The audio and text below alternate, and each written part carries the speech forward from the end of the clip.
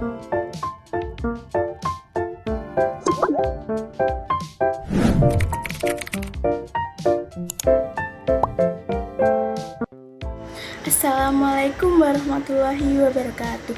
Di sini saya Faradila Putri Sabrida. Di sini saya akan menjelaskan tentang teori wacana analisis kritis. Nah, sebelumnya apakah kalian tahu apa sih wacana itu? Dalam analisis wacana dikenal dengan adanya 3 sudut pandang mengenai bahasa. Yang pertama, bahasa dilihat sebagai jembatan antara manusia dengan objek di luar dirinya. Jadi, analisis wacana digunakan untuk menggambarkan tata aturan kalimat, bahasa, dan pengertian bersama. Wacana diukur dengan pertimbangan kebenaran atau tidak kebenaran menurut sintaksis dan semantik. Yang pandangan yang kedua adalah subjek sebagai faktor sentral dalam kegiatan wacana serta hubungan-hubungan sosialnya.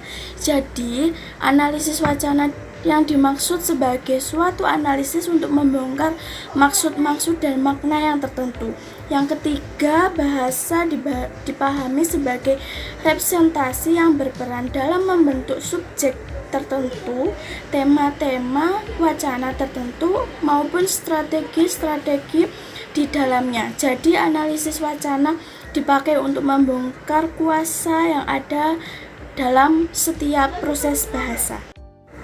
Analisis wacana ini dikenal dengan nama analisis wacana kritis karena menggunakan perspektif kritis. Pada bagian kedua telah diperkenalkan sepintas mengenai analisis wacana kritis. Pada bagian ini akan dipaparkan mengenai analisis wacana kritis. Berikut fungsi dan pelopor analisis wacana kritis. Berikut ini merupakan hal-hal yang mencirikan sebuah analisis kritis. Yang pertama adalah tindakan. Wacana dipahami sebagai sebuah tindakan atau wacana juga dipahami sebagai bentuk interaksi. Jadi, wacana merupakan sesuatu yang bertujuan. Misalnya, apakah untuk mempengaruhi, mendebat, membujuk, menyanggah, dan sebagainya. Wacana juga merupakan sesuatu yang diekspresikan secara sadar. Yang kedua, konteks. Dalam analisis wacana juga memeriksa konteks dari komunikasi, seperti siapa yang mengomunikasikan, dengan siapa, dan mengapa, dalam jenis, layak, dan situasi apa, melalui medium apa, bagaimana perbedaan tipe dan perkembangan komunikasi, dan hubungan untuk masing-masing pihak. Membedakan konteks dalam memakai bahasa menjadi 4 macam. Yang pertama, konteks fisik yang meliputi tempat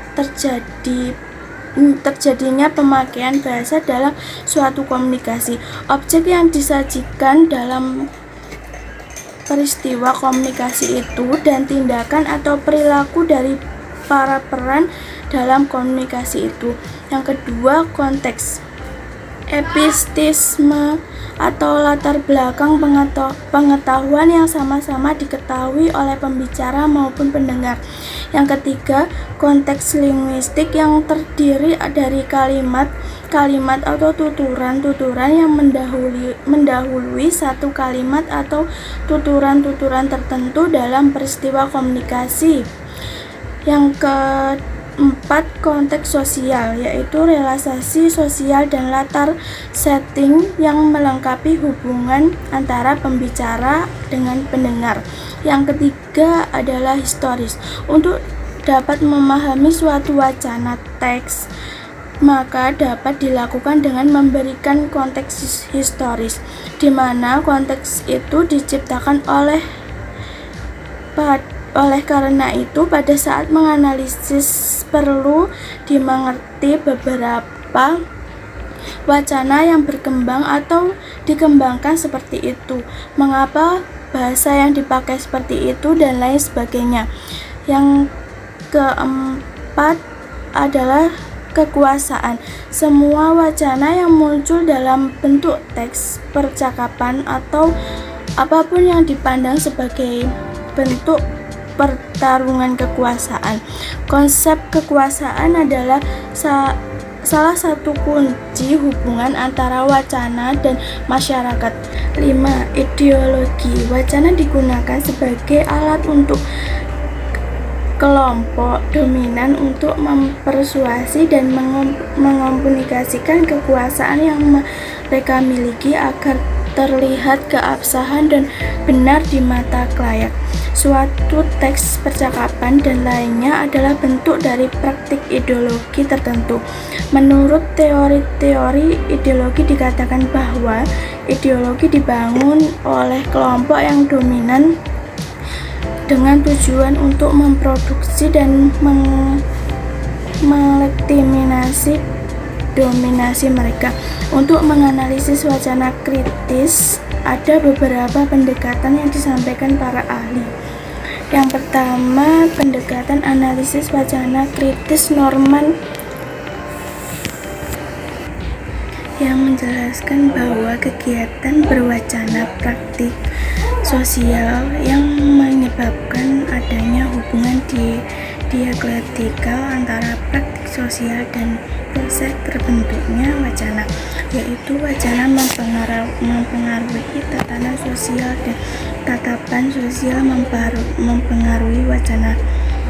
Yang kedua, pendekatan analisis wacana kritis yang dibuat Van Leeuwen menjelaskan bagaimana orang-orang tertentu dan aktor sosial dimunculkan dalam wacana, bagaimana sesuatu kelompok yang mendominasi lebih memegang kendali dan kelompok yang posisinya digambarkan sebagai orang yang tidak baik. Yang ketiga, pendekatan wacana kritis yang ditemukan oleh Van Dijk, yaitu pendekatan kognitif sosial yang bukan hanya didasarkan pada analisis bahasa wacana, melainkan juga harus dilihat bagaimana wacana tersebut diproduksi dan mengapa dapat diperoleh wacana seperti itu. Dijelaskan pada dalam pendekatan ini bahwa sesuatu yang ditulis seseorang dapat menentukan ciri khas dan kerangka wacana yang ditulis. Yang keempat, pendekatan analisis kritis yang disampaikan Wodak adalah pendekatan wacana historis yang menjelaskan bahwa untuk melakukan analisis pada sebuah wacana dapat dilihat dari faktor historis. Dalam suatu wacana itu, pendekatan analisis wacana kritis yang dikemukakan Wodak dapat dilakukan 3 cara, yaitu yang pertama, topik utama dari sebuah wacana yang spesifik. Yang kedua, melakukan telaah strategi diskusi, termasuk strategi argumentasi. Yang ketiga, menganalisis makna-makna yang nyata dalam kebahasaan, juga makna-makna kebahasaan dalam bentuk lain. Beberapa elemen dan strategi diskursif yang harus mendapatkan perhatian menurut Wodak dalam menganalisis wacana kritis adalah sebagai berikut. A. Bagaimana pembuatan nama orang dan mengacu pada siapa. B. Bagaimana sifat dan watak, kualitas dan bentuk penggambaran kepada mereka. C. Argumentasi seperti apakah orang atau sekelompok orang yang digambarkan secara eksklusif atau inklusif. D. Dari pandangan manakah penggambaran dan argumentasi disampaikan. E. Pengungkapkan apakah yang disampaikan dengan jelas, diintensifkan atau malah tidak diintensifkan. Yang kelima, pendekatan analisis wacana kritis secara Bliss adalah feministalistik yang memfokuskan kepada perempuan yang dimunculkan dalam wacana, karena selama ini perempuan selalu disingkirkan berada dalam keadaan yang tidak baik, dan perempuan itulah tidak diberikan kesempatan untuk membela dirinya sendiri. Kajian dari analisis wacana adalah setiap bentuk tertulis atau bahasa lisan seperti percakapan atau artikel koran. Ini menyangkut alat dan strategi yang dipakai oleh seorang penutur ketika terlibat dalam komunikasi, seperti memberikan penekanan, penggunaan implikator, metafora, diksi, ataupun jenis tindak tutur yang digunakan.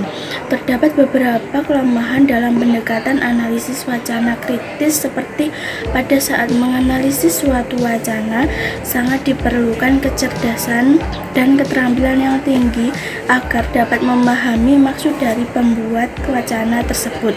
Selain itu, dapat menafsirkan suatu wacana tidak hanya dipertemukan pada masalah kebahasaan, tetapi juga dihadapkan kepada problematika sosial sehingga dapat memahami kita agar menemui kesulitan. Bahan analisis wacana meliputi satuan bahasa yang melibatkan komunikasi antara pengirim suara dan penerima pesan. Bahasa yang digunakan dapat berupa bahasa lisan maupun tulisan. Prinsip analisis wacana terbagi menjadi dua, yaitu prinsip lokalitas dan prinsip analogi. Analisis wacana pada awalnya bersifat konvensional dengan menggunakan pendekatan kohesi dan koherensi. Pada perkembangannya, teori modern yang bersifat kritis, sosiologis, dan psikologis telah digunakan untuk menganalisis wacana. Selain itu, pendekatan analisis wacana kritis ini juga mempunyai kelebihan dibandingkan dengan pendekatan lainnya, misalnya tidak menggunakan teknologi seperti pada penelitian eksperimen dan tidak memerlukan dana yang terlalu besar dalam analisis wacana, juga dapat diterapkan pada setiap situasi dan setiap subjek. Nah, itu dia pembahasan singkat tentang teori analisis wacana kritis. Cukup sekian yang dapat saya sampaikan, kurang lebihnya saya mohon maaf. Wassalamualaikum warahmatullahi wabarakatuh.